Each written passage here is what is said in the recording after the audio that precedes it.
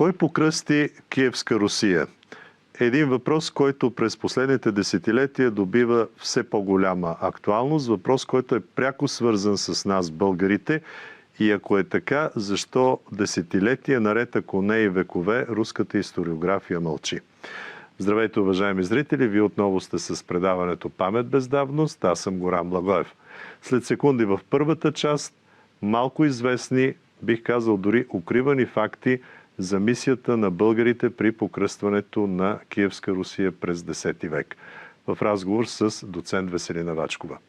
А след това, във втората част на предаването, какво се случи с македонските земи, освободени преди 110 години от българската армия по време на Първата световна война. Също малко известни факти, които за първи път излизат от архивите. За тях ще ни говори доцент Живко Левтеров. Всичко това в днешното издание на предаването "Памет без давност", предаването, което започва сега.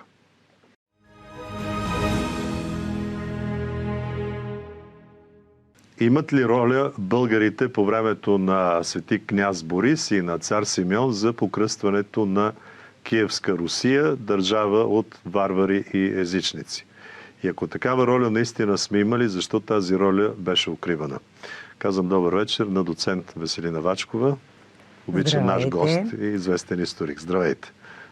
Обикновено, и аз благодаря, че се отзовахте. Обикновено в масовата представа, в масовата историография, руснаците особено много обичат сега Москва да го налага като идея. Приели са директно покръстването от Византия. Директно от Константинопол, при това 2 пъти директно от Константинопол. Това е официалната руска позиция, да речем от 50-те години на миналия век. Защото, както ще стане дума след малко, руската наука в никакъв случай не е останала безразлична към истината за покръстването на Киевска Русия. Оттам вече, тъй като официално покръствана е само Киевска Русия, а пък единствената Русия е Киев. Нито Псков, нито Новгород, нито Суздал, нито пък Москва са Русия. По-малко, да, са Русия. Те какво са всъщност една скоба? Те са княжества. Значи Киевското е Киевска Рус, Псковското, което се създава по един много определен модел на Преслав. Това е, разбира се, княжеството на княгиня Олга от това време. Суздал си е Суздал, Новгород е Новгород. Никога не са се наричали Новгородска Рус или Суздалска Рус. Московска Рус започва да се използва много късно с чисто имперски претенции. Много по-рано започва да се нарича Трети Рим. Всъщност Москва много преди да са се изобщо осмислили като руснаци, някакъв наследник на Русия, Киевска Русия.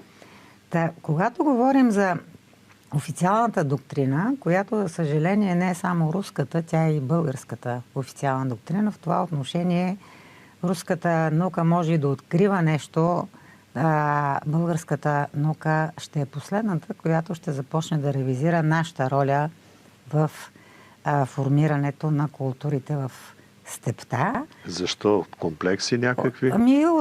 Лично според мен, от много зле разбирана политическа коректност. Една грешка, която направихме с Македония, след като много дълги години и десетилетия правихме с Русия, правили сме я с Румъния, правили сме я с Сърбия, правили сме я с Хърватия, т.е. това са духовни провинции на средновековна България.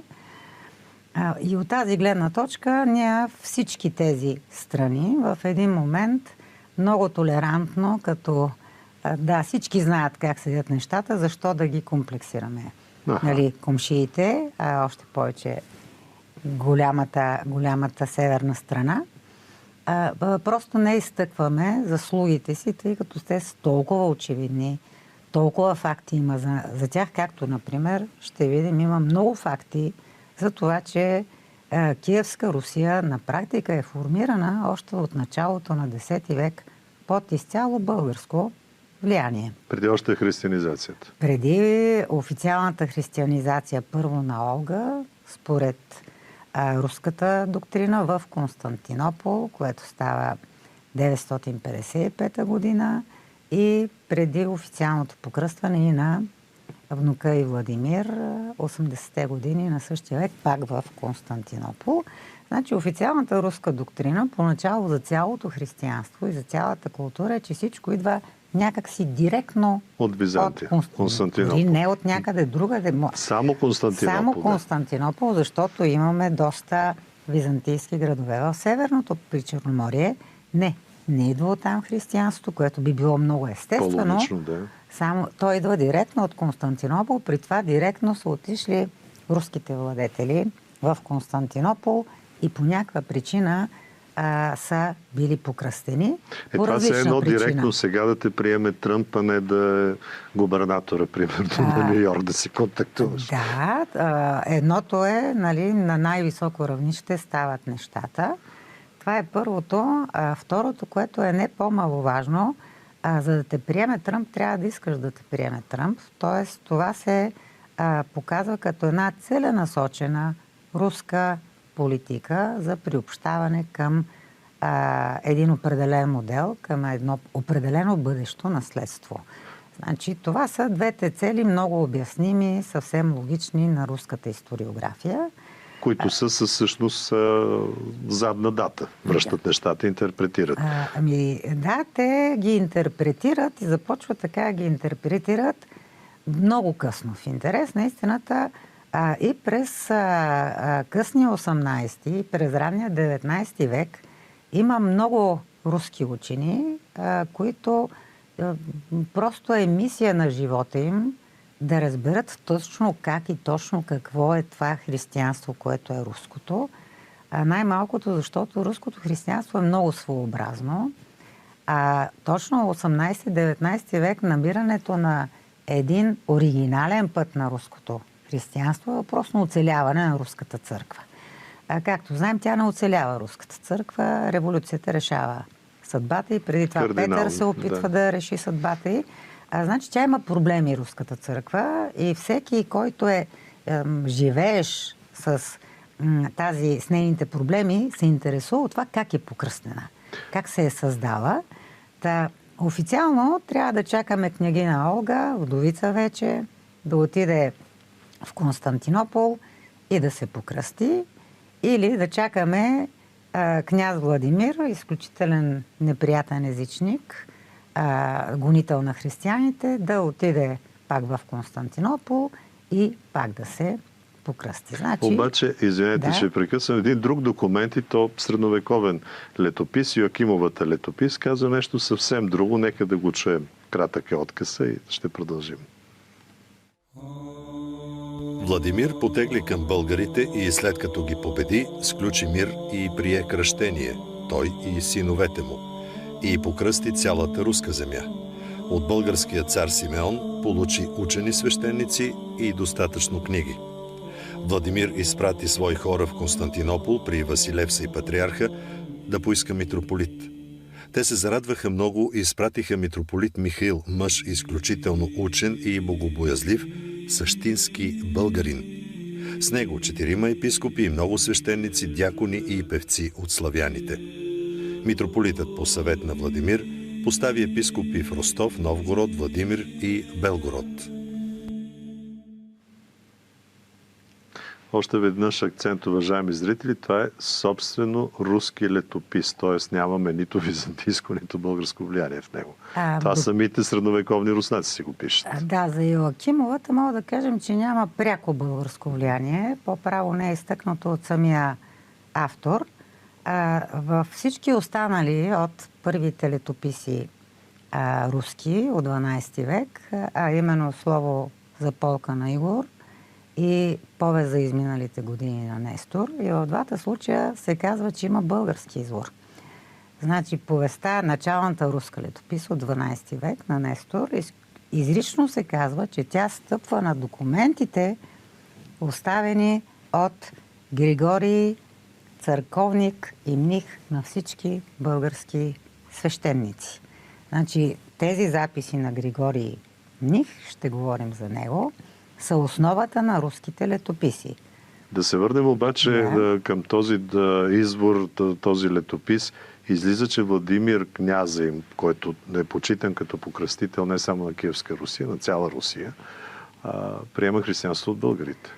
И много парадоксално, че той всъщност се покръства от държава, която всъщност е победил, а не е победен. Ами той не е и победил тази държава, в интерес на истината. Той е малко като покръстването на българите 863-та. Ушким ни побеждава Византия, покръствани, а пък ние печелим територии и така нататък. Няма такива случки в реалната история. Не, изобщо в реалната история няма. По същия начин тази победа на Владимир е нещо доста непроследимо в изворите. Да, имаме със Светослав много проблеми. Владимир идва като наследник, както и самия Светослав идва като наследник. Иска малък Преславец да си го прави столица. Ние трябва да се зачудим защо е така. Защо тези хора... Че и наследник е. Да, те смятат, че имат пряка връзка с Преславския двор. И защо е така? Ами в писмата на Светослав до баба му Олга, ние имаме до майка му Олга, ние имаме много точно описание. Това е най-хубавата страна. Тук е мед, мляко, масло, всички пътища, земния рай и така нататък. И тук е моето, казва, на моите роднини земята. Какви са тези роднини и защо го пише точно на Олга, а и защо внука на Олга се казва Владимир? Това име за първи път се появява изобщо в този регион.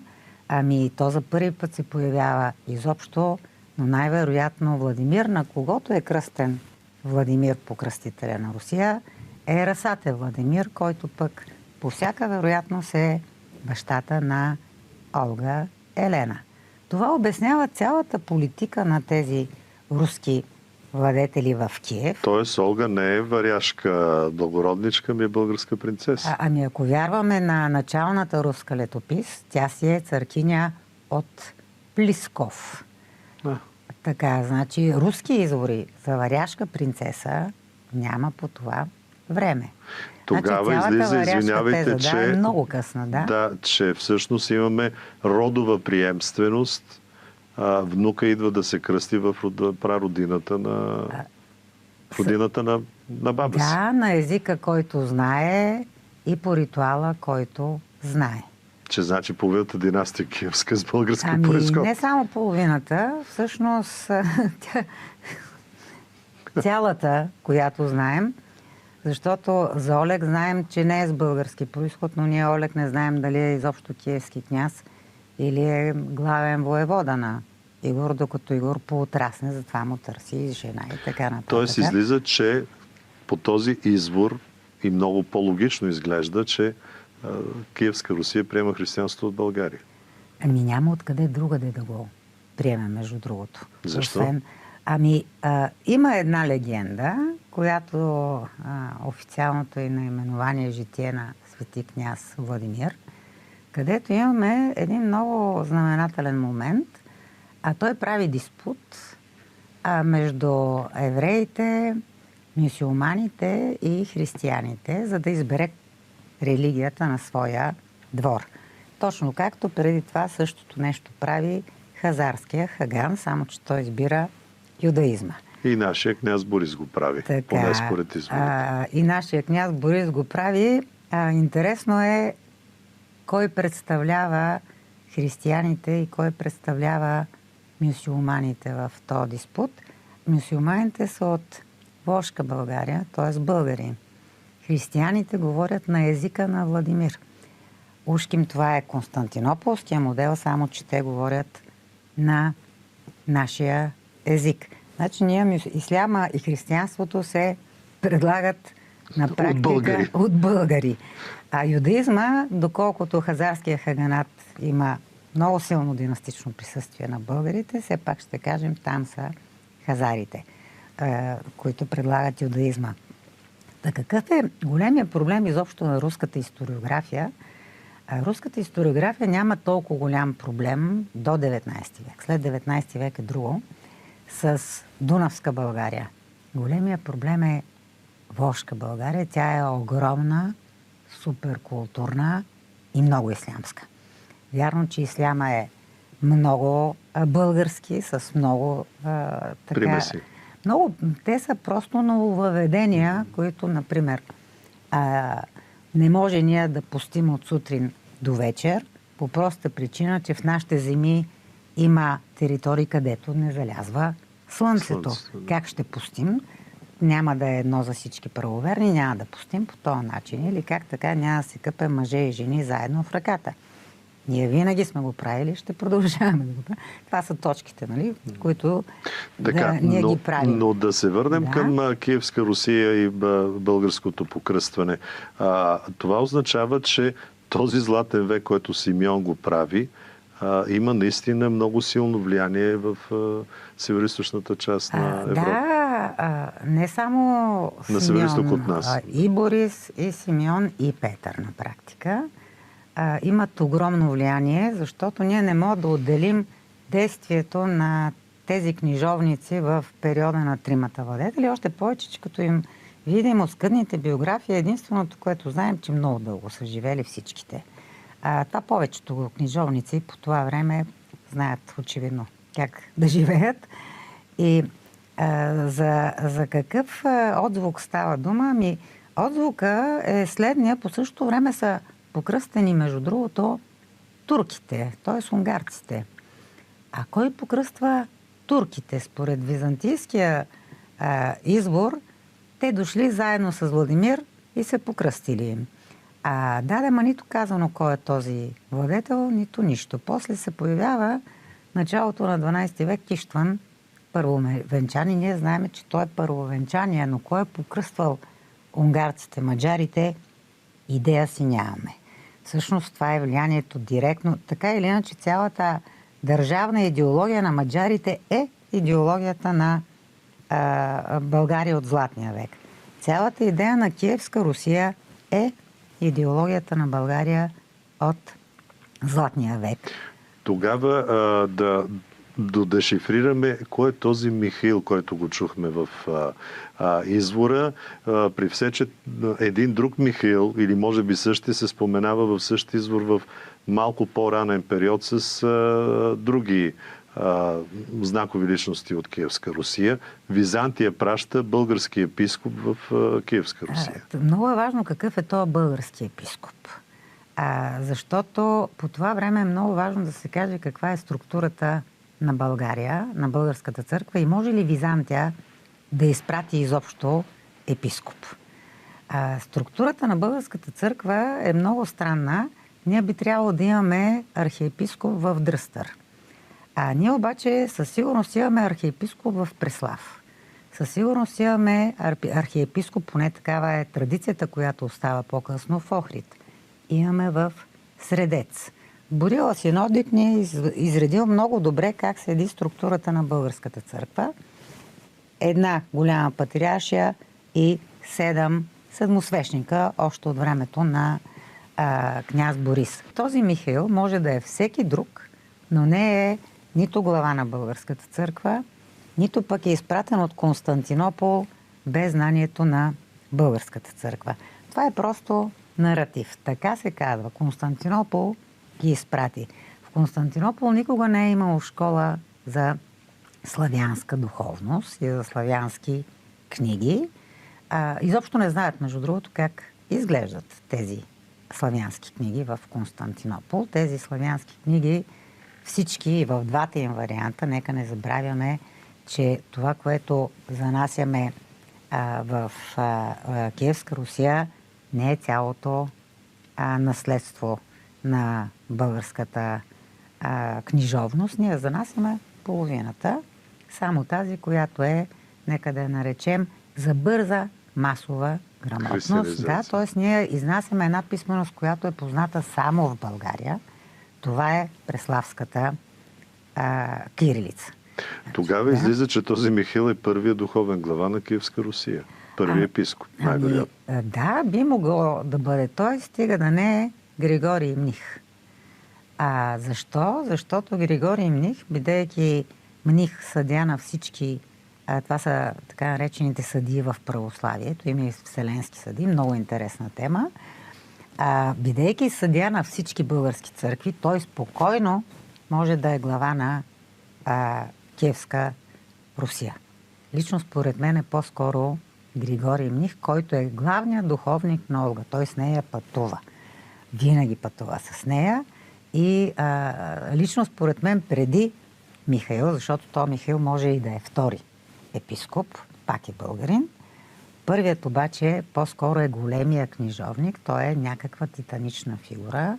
Той е преводача на Стария Завет, той е преводача на канона на Стария Завет и, което е много важно, неговото творчество е на тази преславска кирилица, за която говорим и която няма как изобщо да бъде изпратена от Константинопол поради невъзможността да имат поне един ограмотен в тази писменост духовник. Не, че нямаме и няколко текста на глаголица. Имаме. Те по-скоро могат да се свържат с пребиваването на принц Боян Вениамин и това много първо мощно християнско присъствие около княгиня Олга в самото начало още на 10 век. Тоест, безспорни са фактите, че християнството в руските земи през 9-10 век идва от България. Категорично идва от България и носи всички черти на българското християнство, включително и тази особена църковна структура и особено отношение към Константинопол и към останалите църкви. И към Иерусалим, и към съответно Рим. Всички особености на българската култура, включително цялото богатство на този нов език, който може да приобщи към вярата, обяснявайки непонятни неща, като София. Ако кажем на някой София, какво ще разбере?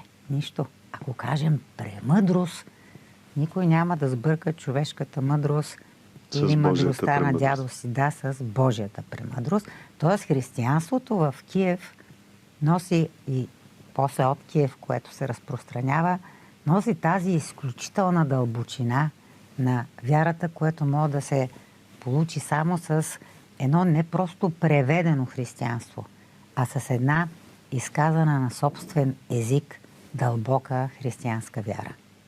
Много благодаря за този разговор. Важен за напомняне какво сме им дали, защото това крайна сметка ни прави отговорни и към настоящето, и към духовното наследство, което трябва да пази. Благодаря много. И тях и нас много ни прави, да. Така аз благодаря. Благодаря на доцент Веселина Вачкова. С това първата част от днешната ни среща завърши, уважаеми зрители. Ще се видим отново след рекламите, когато ще се пренесем 110 години назад, за да станем свидетели на освобождаването на Вардарска Македония от сръбска власт.